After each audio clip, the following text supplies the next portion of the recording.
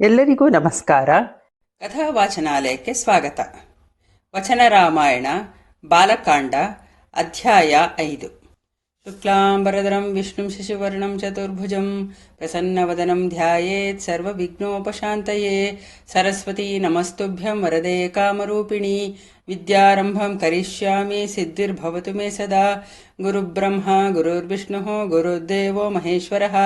ಗುರುಃ ಸಾಕ್ಷಾತ್ ಪರಬ್ರಹ್ಮ ತಸ್ಮೈ ಶ್ರೀ ಗುರವೇ ನಮಃ. ಕೂಜಂತಂ ರಾಮ ರಾಮೇತಿ ಮಧುರಂ ಮಧುರಾಕ್ಷರಂ ಆರುಹ್ಯ ಕವಿತಾ ಶಾಖಾಂ ವಂದೇ ವಾಲ್ಮೀಕಿ ಕೋಕಿಲಂ. ರಾಮಾಯ ರಾಮಭದ್ರಾಯ ರಾಮಚಂದ್ರಾಯ ವೇದಸೇ ರಘುನಾಥಾಯ ನಾಥಾಯ ಸೀತಾಯ ಪತೇ ನಮಃ. ವಿಶ್ವಾಮಿತ್ರರು ಮಾರೀಚ, ಸುಬಾಹು ಮತ್ತು ತಾಟಕಿಯನ್ನು ಸಂಹಾರ ಮಾಡಬೇಕೆಂದು ಆದೇಶ ಮಾಡಿದ ನಂತರ ರಾಮನು ವಿಶ್ವಾಮಿತ್ರರನ್ನು ಕೇಳಿದನು. ಗುರುದೇವ, ಯಕ್ಷರು ಅಲ್ಪಬಲರೆಂದು ಕೇಳಿಬಲ್ಲೆ. ಹಾಗಿರುವಾಗ ಈ ಅಬಲೆಗೆ 1000 ಆನೆಗಳ ಬಲ ಹೇಗೆ ಬಂತು? ಆಗ ವಿಶ್ವಾಮಿತ್ರರು ಉತ್ತರಿಸಿದರು, ಅವಳು ವರದಾನದಿಂದ ಅಷ್ಟು ಬಲವನ್ನು ಪಡೆದುಕೊಂಡಿದ್ದಾಳೆ. ಅವಳ ಕಥೆಯನ್ನು ಸ್ವಲ್ಪ ವಿವರವಾಗಿ ಹೇಳುತ್ತೇನೆ ಕೇಳು. ಹಿಂದೆ ಸುಕೇತು ಎಂಬ ವೀರನಾದ ಯಕ್ಷನೊಬ್ಬನಿದ್ದನು. ಅವನಿಗೆ ಮಕ್ಕಳಿರಲಿಲ್ಲ. ಅದಕ್ಕಾಗಿ ಅವನು ದೊಡ್ಡ ತಪಸ್ಸನ್ನೇ ಮಾಡಿದನು.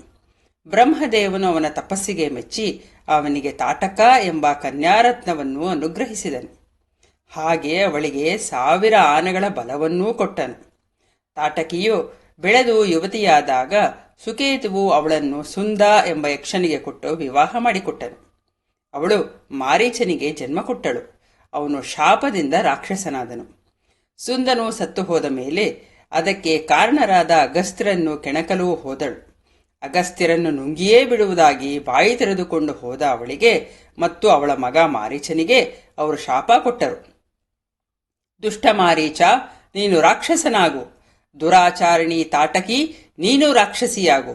ನಿನ್ನ ರೂಪ ವಿಕಾರವಾಗಲಿ. ನೀನು ನರಭಕ್ಷಿಣಿಯಾಗು.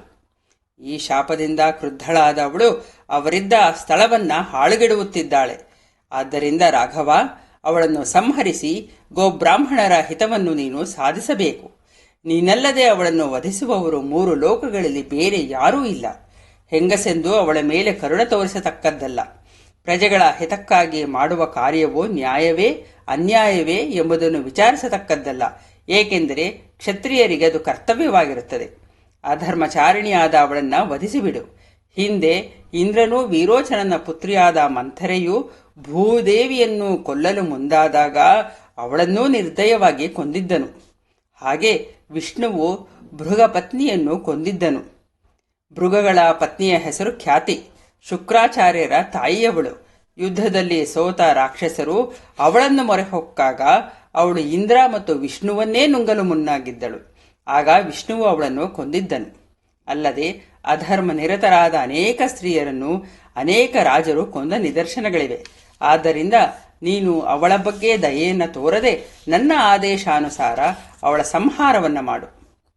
ರಾಮನೆಂದನು, ಗುರುಗಳೇ, ನಿಮ್ಮ ಜೊತೆ ನನ್ನನ್ನು ಕಳುಹಿಸುವಾಗ ನಮ್ಮ ತಂದೆ ಹೇಳಿದ್ದರು, ನಿಮಗೆ ವಿಧೇಯನಾಗಿದ್ದು ನಿಮ್ಮ ಮಾತನ್ನ ಚಾಚೂ ತಪ್ಪದೆ ನಡೆಸಬೇಕೆಂದು. ಆದುದರಿಂದ ನಿಮ್ಮ ಆದೇಶದಂತೆ ಲೋಕಹಿತಕ್ಕಾಗಿ ಆ ದುಷ್ಟ ರಾಕ್ಷಸಿಯನ್ನು ನಾನು ಸಂಹರಿಸುತ್ತೇನೆ. ಹೀಗೆಂದ ರಾಮನು ಧನುಷ್ಟಂಕಾರವನ್ನ ಮಾಡಿದನು. ಅದು ದಿಕ್ಕು ದಿಕ್ಕುಗಳಲ್ಲಿಯೂ ಅನುರಣಿಸಿತು. ಆಗ ತಾಟಕಾವನ ವಾಸಿಗಳು ಮತ್ತು ತಾಟಕಿಯು ದಿಗಿಲುಗೊಂಡರು. ಅನಂತರ ಕ್ರೋಧವಶಳಾದ ತಾಟಕಿಯು ಶಬ್ದ ಬಂದ ದಿಕ್ಕಿಗೆ ಧಾವಿಸಿದಳು. ಮುಂದೆ ಬರುತ್ತಿದ್ದ ಬೃಹತ್ ಶರೀರಿಣಿಯನ್ನು ಲಕ್ಷ್ಮಣನಿಗೆ ತೋರಿಸಿ ರಾಮನೆಂದನು, ನೋಡು ಇವಳ ಭೀಕರ ರೂಪವನ್ನು. ನೋಡಿದರೆ ಸಾಮಾನ್ಯ ಜನರು ಹೆದರಿ ಸತ್ತೇ ಹೋದಾರು. ನಾನೀಗ ಇವಳ ಕಿವಿ ಮೂಗುಗಳನ್ನು ಕತ್ತರಿಸಿ ಬಿಡುತ್ತೇನೆ. ಇವಳನ್ನು ಕೊಲ್ಲಲು ಮನಸ್ಸಾಗುತ್ತಿಲ್ಲ. ಇವಳ ಶಕ್ತಿಯನ್ನು ಕುಂಠಿತಗೊಳಿಸಿದರೆ ಸಾಕು ಎನಿಸುತ್ತದೆ. ಅಷ್ಟರಲ್ಲಿ ರಾಮನನ್ನು ಕಂಡ ತಾಟಕಿಯು ಕೋಪದಿಂದ ಹುಚ್ಚಳಾಗಿ ತೋಳುಗಳನ್ನು ಮೇಲೆತ್ತಿಕೊಂಡು ರಾಮನತ್ತ ಧಾವಿಸಿ ಬಂದಳು. ವಿಶ್ವಾಮಿತ್ರರು ಅವಳನ್ನು ಹೂಂಕಾರದಿಂದ ತಡೆದು ರಾಮ ಲಕ್ಷ್ಮಣರಿಗೆ ಮಂಗಳವಾಗಲಿ, ಜಯವಾಗಲಿ ಎಂದರು. ಆಗ ಅವಳು ರಾಮ ಲಕ್ಷ್ಮಣರ ಮೇಲೆ ಧೂಳನ್ನೆರಚಿದಳು. ಅದರಿಂದ ರಾಮ ಲಕ್ಷ್ಮಣರಿಗೆ ಸ್ವಲ್ಪ ಹೊತ್ತು ಏನೂ ಕಾಣದಾಯಿತು. ಅಷ್ಟರಲ್ಲಿ ಅವಳು ಅದೃಶ್ಯಳಾಗಿ ಅವರ ಮೇಲೆ ಕಲ್ಲಿನ ಮಳೆಗರೆದಳು. ರಾಮನು ಕುಪಿತನಾಗಿ ಅದನ್ನು ಬಾಣಗಳಿಂದ ನಿವಾರಿಸಿದನು. ಆಗ ಅವಳು ಕಾಣಿಸಿಕೊಂಡು ರಾಮನತ್ತ ನುಗ್ಗಿದಳು. ರಾಮನು ಅವಳ ಕೈಗಳನ್ನು ಕತ್ತರಿಸಿದನು. ಅದರಿಂದ ಅವಳು ಕಂಗೆಟ್ಟು ಗರ್ಜಿಸಿದಳು. ಆಗ ಲಕ್ಷ್ಮಣನು ಬಾಣಗಳಿಂದ ಅವಳ ಕಿವಿ ಮತ್ತು ಮೂಗುಗಳನ್ನು ಕಡಿದನು.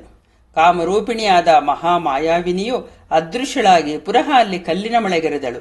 ಅದನ್ನು ನೋಡಿ ವಿಶ್ವಾಮಿತ್ರರು, ರಾಮ, ಕರುಣೆಯನ್ನ ಬಿಟ್ಟು ಬಿಡು, ಅವಳು ಮಹಾ ದುಷ್ಟೆ, ಯಜ್ಞಕ್ಕೆ ವಿಘ್ನವನ್ನುಂಟು ಮಾಡುವವಳು. ಸಾಯಂಕಾಲದ ಮೊದಲು ಅವಳ ವಧೆಯಾಗಬೇಕು.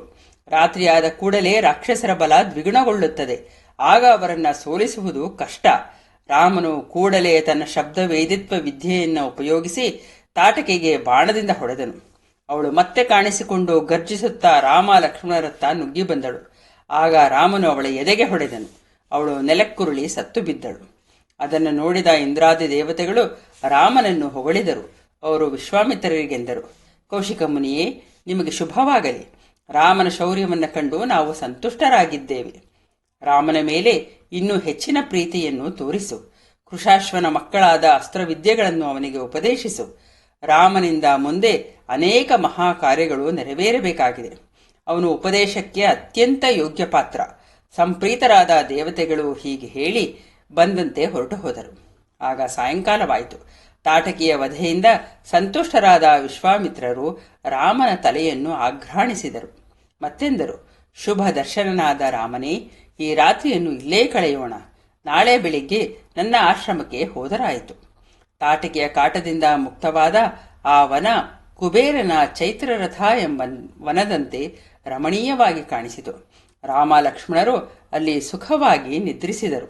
ಪ್ರಾತಃ ಕಾಲ ಎಂದಿನಂತೆ ವಿಶ್ವಾಮಿತ್ರರು ರಾಜಕುಮಾರರನ್ನು ಎಚ್ಚರಿಸಿದರು. ಪ್ರಾತರ್ವಿಧಿಗಳನ್ನೆಲ್ಲ ಮುಗಿಸಿದ ಮೇಲೆ ವಿಶ್ವಾಮಿತ್ರರು ರಾಮನಿಗೆ 50 ದಿವ್ಯಾಸ್ತ್ರಗಳನ್ನು ಉಪದೇಶಿಸಿದರು. ಆ ಅಸ್ತ್ರಗಳು ಹೀಗಿವೆ: ದಂಡಚಕ್ರ, ಧರ್ಮಚಕ್ರ, ಕಾಲಚಕ್ರ, ವಿಷ್ಣುಚಕ್ರ, ವಜ್ರಾಸ್ತ್ರ, ಶೂಲಾಸ್ತ್ರ, ಬ್ರಹ್ಮಶಿರೋಸ್ತ್ರ, ಐಶಿಕಾಸ್ತ್ರ, ಮೋದಕಿ, ಶಿಖರಿ ಎಂಬ 2 ಗದೆಗಳು, ಧರ್ಮಪಾಶ, ಬ್ರಹ್ಮಾಸ್ತ್ರ, ಧರ್ಮಪಾಶ, ಕಾಲಪಾಶ, ವರುಣಪಾಶ, ಶುಷ್ಕಾಶನಿ, ಆರ್ದ್ರಾಶನಿ, ವೈನಾಕ, ನಾರಾಯಣಾಸ್ತ್ರ, ಶಿಖರಾಸ್ತ್ರ, ಪ್ರಥನಾಸ್ತ್ರ, ಹಯಶಿರಸ್, ಕ್ರೌಂಚ, ರುದ್ರಶಕ್ತಿ, ವಿಷ್ಣುಶಕ್ತಿ, ಕಂಕಾಲ, ಮುಸಲ, ಕಾಪಾಲ, ಕಂಕಣ, ನಂದನ ಎಂಬ ಖಡ್ಗ, ಮಾನವಾಸ್ತ್ರ, ಪ್ರಸ್ತಾಪನ, ಪ್ರಶಮನ, ಸೌರ, ವರ್ಷಣ, ಶೋಷಣ, ಸಂತಾಪನ, ವಿಲಾಸನ, ಮಾದನ, ಮೋಹನ, ತಾಮಸ, ಸೌಮನ, ಸಂವರ್ತ, ಮೌಸಲ, ಸತ್ಯ, ಮಾಯಾಧರ, ತೇಜಃಪ್ರಭ, ಶಿಶಿರ, ತ್ವಾಷ್ಟ್ರ, ದಾರುಣ, ಶೀತೇಶು. ಈ 50 ಅಸ್ತ್ರಗಳು ಮಹಾಬಲಶಾಲಿಗಳು, ಕಾಮರೂಪಿಗಳು. ಇಂತಹ ಮಂತ್ರಾಸ್ತ್ರಗಳನ್ನು ಸಂಪೂರ್ಣವಾಗಿ ತಿಳಿದುಕೊಳ್ಳುವುದು ದೇವತೆಗಳಿಗೂ ದುಷ್ತರ. ಈ ಅಸ್ತ್ರಗಳನ್ನು ಉಪದೇಶಿಸಿದ ಮೇಲೆ ಮಹರ್ಷಿಗಳು ಜಪ ಮಾಡುತ್ತಾ ಕುಳಿತರು. ಆಗ ಆ ಅಸ್ತ್ರಗಳು ರಾಮನ ಮುಂದೆ ಪ್ರತ್ಯಕ್ಷವಾಗಿ ಕೈ ಮುಗಿದುಕೊಂಡು ಹೇಳಿದವು, ರಘುನಂದನ, ನಾವು ನಿನ್ನ ಸೇವಕರು. ನೀನು ಬಯಸಿದ್ದೆಲ್ಲವನ್ನೂ ನಾವು ಸಾಧಿಸಿಕೊಡುತ್ತೇವೆ. ನಿನಗೆ ಮಂಗಳವಾಗಲಿ. ರಾಮನು ಅವುಗಳ ಮೈದಡವಿ ಎಂದನು. ನೀವೆಲ್ಲ ನನ್ನ ಮನಸ್ಸಿನಲ್ಲಿರಿ. ಅನಂತರ ರಾಮನು ವಿಶ್ವಾಮಿತ್ರರಿಗೆ ಅಭಿವಾದನೆಯನ್ನು ಮಾಡಿದನು. ಬಳಿಕ ಅವರ ಪ್ರಯಾಣ ಮುಂದುವರಿಯಿತು. ದಾರಿಯಲ್ಲಿ ಸಾಗುತ್ತಿದ್ದಂತೆ ರಾಮನು ವಿಶ್ವಾಮಿತ್ರರಿಗೆ ಹೇಳಿದನು, ಗುರುಗಳೇ, ಸುರಾಸುರರಿಂದಲೂ ಎದುರಿಸಲಾಗದ್ದ ಅಸ್ತ್ರಗಳನ್ನು ನಾನು ನಿಮ್ಮಿಂದ ಪಡೆದುಕೊಂಡಿದ್ದೇನೆ ಸರಿ, ಆದರೆ ಅವುಗಳನ್ನು ಉಪಸಂಹರಿಸುವ ವಿಧಾನವನ್ನು ತಿಳಿಯಲಿಲ್ಲವಲ್ಲ. ದಯವಿಟ್ಟು ಈ ಕ್ರಮವನ್ನು ಹೇಳಿಕೊಡಿ. ವಿಶ್ವಾಮಿತ್ರರು ಆ ಅಸ್ತ್ರಗಳನ್ನು ಉಪಸಂಹರಿಸುವ ಕ್ರಮವನ್ನು ತಿಳಿಸಿಕೊಟ್ಟು ಪುನಃ 50 ಅಸ್ತ್ರಗಳ ವಿದ್ಯೆಯನ್ನು ಉಪದೇಶಿಸಿದರು. ಅವುಗಳು ಕೃಶಾಶ್ವನ ಮಕ್ಕಳೇ. ಅವುಗಳು ರಾಮನ ಮುಂದೆ ಪ್ರತ್ಯಕ್ಷವಾದವು. ಕೆಲವು ಬೆಂಕಿಯ ಕೆಂಡದಂತಿದ್ದವು, ಕೆಲವು ಹೊಗೆಯ ಬಣ್ಣದವು, ಕೆಲವು ಸೂರ್ಯ ಚಂದ್ರನಂತೆ ಇದ್ದವು. ಅವೆಲ್ಲ ಕೈ ಮುಗಿದುಕೊಂಡು ಮಧುರ ಧ್ವನಿಯಿಂದ ನುಡಿದವು. ವೀರನೇ, ಇದೋ ನಾವೆಲ್ಲ ಬಂದಿದ್ದೇವೆ. ನಮ್ಮಿಂದೇನಾಗಬೇಕು ಆಜ್ಞಾಪಿಸು. ರಾಮನೆಂದನು, ನೀವೆಲ್ಲ ನನ್ನ ಮನಸ್ಸಿನಲ್ಲಿ ಇರಿ. ಅವಶ್ಯಕತೆ ಬಿದ್ದಾಗ ಉಪಸ್ಥಿತರಾಗುವಿರಿ. ಅವೆಲ್ಲ ಹಾಗೇ ಆಗಲಿ ಎಂದು ರಾಮನಿಗೆ ಪ್ರದಕ್ಷಿಣೆ ಬಂದು ವಿದಾಯ ಹೇಳಿ ಮಾಯವಾದವು. ಅವರು ಪ್ರಯಾಣವನ್ನು ಮುಂದುವರಿಸಿದರು. ಅವರಿಗೆ ಒಂದು ಪರ್ವತವೂ ನಿಬಿಡವಾದ ವನವೂ ಗೋಚರಿಸಿತು. ರಾಮನು ವಿಚಾರಿಸಿದನು, ಗುರುದೇವ, ಅದೇನು ಕಾಡು ಬಲು ಸುಂದರವಾಗಿದೆಯಲ್ಲ. ಹಕ್ಕಿಗಳು, ಪಶುಗಳು ಅಲ್ಲಿ ಸಂಚರಿಸುತ್ತಿವೆ. ಅಲ್ಲಿ ಆಶ್ರಮವಿರುವಂತಿದೆ. ನಿಮ್ಮ ಆಶ್ರಮಕ್ಕೆ ಇನ್ನೆಷ್ಟು ದೂರ? ಯಜ್ಞವನ್ನ ಕೆಡಿಸುವ ರಕ್ಕಸರು ಇರುವುದೆಲ್ಲಿ? ನಾನು ಅವರನ್ನು ವಧಿಸಬೇಕಾದ ಸ್ಥಳ ಯಾವುದು? ವಿಶ್ವಾಮಿತ್ರರೆಂದರು, ವತ್ಸಾರಾಮ, ಹಿಂದೆ ಇಲ್ಲಿ ವಾಮನನ ಆಶ್ರಮವಿತ್ತು. ಸಿದ್ಧಾಶ್ರಮ ಎಂದು ಇದರ ಹೆಸರು. ವಿಷ್ಣುವು ಇಲ್ಲಿ ಅನೇಕ ಯುಗ ಪರ್ಯಂತ ತಪಸ್ಸು ಮಾಡಿದನಂತೆ. ವಾಮನನ್ನು ಇಲ್ಲಿದ್ದಾಗ ಪ್ರಹ್ಲಾದನ ಮೊಮ್ಮಗ ಎಂದರೆ ವಿರೋಚನನ ಮಗನಾದ ಬಲಿಯು ಯಜ್ಞ ಮಾಡಿದನು. ಅವನು ದೇವತೆಗಳನ್ನು ಸೋಲಿಸಿ ದೇವಲೋಕವನ್ನು ವಶಪಡಿಸಿಕೊಂಡಿದ್ದನು. ಆಗ ದೇವತೆಗಳ ಪ್ರಾರ್ಥನೆಯಂತೆ ವಿಷ್ಣುವು ವಾಮನಾವತಾರವನ್ನ ತಾಳುವ ಮನಸ್ಸು ಮಾಡಿದನು. ಆಗ ಕಶ್ಯಪ ಮಹರ್ಷಿಯು ಅದಿತಿಯೊಡನೆ 1000 ದಿವ್ಯ ವರ್ಷಗಳ ವ್ರತವನ್ನಾಚರಿಸಲು ವಿಷ್ಣುವು ಪ್ರತ್ಯಕ್ಷನಾದನು. ಕಶ್ಯಪ ಮತ್ತು ಅದಿತಿಯರು ಬೇಡಿಕೊಂಡರು, ತಪೋಮೂರ್ತಿಯಾದ ವಿಷ್ಣುವೇ, ನೀನು ನಮ್ಮ ಮಗನಾಗಿ ಹುಟ್ಟುವ ಕೃಪೆ ಮಾಡಬೇಕು. ಹಾಗೆ ಮಹಾವಿಷ್ಣುವು ಅವರ ಮಗನಾಗಿ ವಾಮನ ಅವತಾರವನ್ನ ತಾಳಿದ್ದನು. ಕಶ್ಯಪ ಮತ್ತು ಅದಿತಿಯರ ಅಪೇಕ್ಷೆಯಂತೆ ಈ ಸ್ಥಳವು ಸಿದ್ಧಾಶ್ರಮ ಎಂದು ಪ್ರಸಿದ್ಧವಾಯಿತು. ಈ ಸಿದ್ಧಾಶ್ರಮದಲ್ಲೇ ವಾಮನನಿದ್ದು ಬಲಿಚಕ್ರವರ್ತಿಯ ಯಜ್ಞಕ್ಕೆ ಹೋದ ವಾಮನನನ್ನು ಅವನಿಂದ 3 ಹೆಜ್ಜೆಯಷ್ಟು ಭೂಮಿಯನ್ನು ಬೇಡಿದನು. ವಾಮನನನ್ನು ಒಂದರಿಂದಲೂ, ಭೂಮಿಯನ್ನು ಇನ್ನೊಂದರಿಂದಲೂ, ಊರ್ಧ್ವಲೋಕವನ್ನು ಆಕ್ರಮಿಸಿ ಮತ್ತೊಂದರಿಂದ ಬಲಿಯನ್ನು ರಸಾತಳಕ್ಕೆ ತಳ್ಳಿದನು. ದೇವಲೋಕಕ್ಕೆ ಇಂದ್ರನೇ ಪುನಃ ಒಡೆಯನಾದನು. ಅವನಿದ್ದ ಈ ಆಶ್ರಮವು ಶ್ರಮವನ್ನು ಪರಿಹರಿಸಿ ಉಲ್ಲಾಸವನ್ನು ಉಂಟುಮಾಡುತ್ತದೆ. ವಾಮನನ ಮೇಲಿನ ಭಕ್ತಿಯಿಂದಾಗಿ ನಾನು ಇದೇ ಆಶ್ರಮವನ್ನು ಆಶ್ರಯಿಸಿದ್ದೇನೆ. ಇಲ್ಲಿಗೆ ಯಜ್ಞ ವಿಘ್ನಕಾರಿಗಳಾದ ದುಷ್ಟ ರಾಕ್ಷಸರು ಬರುತ್ತಾರೆ. ಮಹಾವೀರನೇ, ನೀನು ಆ ರಾಕ್ಷಸರನ್ನು ಸಂಹರಿಸಬೇಕು. ಹೀಗೆಂದ ವಿಶ್ವಾಮಿತ್ರರು ರಾಜಕುಮಾರರ ಜೊತೆಯಲ್ಲಿ ತಮ್ಮ ಆಶ್ರಮದ ಹತ್ತಿರ ಹೋದರು. ಸಿದ್ಧಾಶ್ರಮದಲ್ಲಿ ವಾಸಿಸುತ್ತಿದ್ದ ಮುನಿಗಳು ಸಂತೋಷದಿಂದ ಓಡೋಡಿ ಬಂದು ವಿಶ್ವಾಮಿತ್ರರನ್ನು ಸ್ವಾಗತಿಸಿದರು. ಹಾಗೆ ರಾಜಪುತ್ರರಿಗೆ ಆತಿಥ್ಯವನ್ನು ನೀಡಿದರು. ಸ್ವಲ್ಪ ಹೊತ್ತು ವಿಶ್ರಮಿಸಿದ ನಂತರ ರಾಮ ಲಕ್ಷ್ಮಣರು ವಿಶ್ವಾಮಿತ್ರರಿಗೆ ಹೇಳಿದರು, ಗುರುಗಳೇ, ನೀವು ಇಂದೇ ಯಜ್ಞದೀಕ್ಷೆಯನ್ನ ಕೈಗೊಳ್ಳಿ. ಈ ಸಿದ್ಧಾಶ್ರಮದಲ್ಲಿ ನಿಮಗೆ ಸಿದ್ಧಿಯು ದೊರಕಲಿ. ಹುಡುಗರು ಹೇಳಿದಂತೆ ವಿಶ್ವಾಮಿತ್ರರು ಯಜ್ಞ ದೀಕ್ಷೆಯನ್ನ ಕೈಗೊಂಡರು. ರಾತ್ರಿ ಅವರೆಲ್ಲರೂ ನಿರಾಳವಾಗಿ ನಿದ್ರಿಸಿದರು. ಎಂಬಲ್ಲಿಗೆ ಬಾಲಕಾಂಡ, ವಚನ ರಾಮಾಯಣದ ಬಾಲಕಾಂಡ ಅಧ್ಯಾಯ 4 ಮುಕ್ತಾಯವಾಗುತ್ತದೆ. ಮಂಗಳಂ ಜಯ ಮಂಗಳಂ ಶುಭ ಮಂಗಳಂ ಶ್ರೀರಾಮಗೆ. ಭಾನುಕುಲದಲ್ಲಿ ಜನಿಸಿದವಗೆ ಭಕ್ತ ಜನ ಪರಿಪಾಲಗೆ. ಲೀಲೆಯಿಂದಲಿ ವಾಲಿ ನಿಗ್ರಹ ಮಾಡಿದ ಭೂಪಾಲಗೆ. ಮಂಗಳಂ ಜಯ ಮಂಗಳಂ ಶುಭ ಮಂಗಳಂ ಶ್ರೀರಾಮಗೆ. ತಾಟಕೀಯ ಕೊಂದವನಿಗೆ ಘೋರಾಟವನ ಸಂಚಾರಿಗೆ. ಆಟಕೋಜ್ವಲ ಕಾಂತಿ ಶೋಭಿಪ ದಿವ್ಯ ರತ್ನ ಕಿರೀಟಗೆ. ಮಂಗಳಂ ಜಯ ಮಂಗಳಂ ಶುಭ ಮಂಗಳಂ ಶ್ರೀರಾಮಗೆ. ದಂಡಕಾರಣ್ಯಕ್ಕೆ ಪೋಗಿ ಚಂಡ ದೈತ್ಯನ ಗೆಲಿದವಗೆ.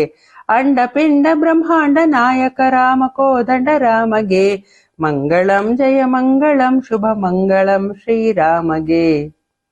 ಜೈ ಶ್ರೀರಾಮ್. ಧನ್ಯವಾದಗಳು. ತಪ್ಪಿದ್ದರೆ ಕ್ಷಮಿಸಿ.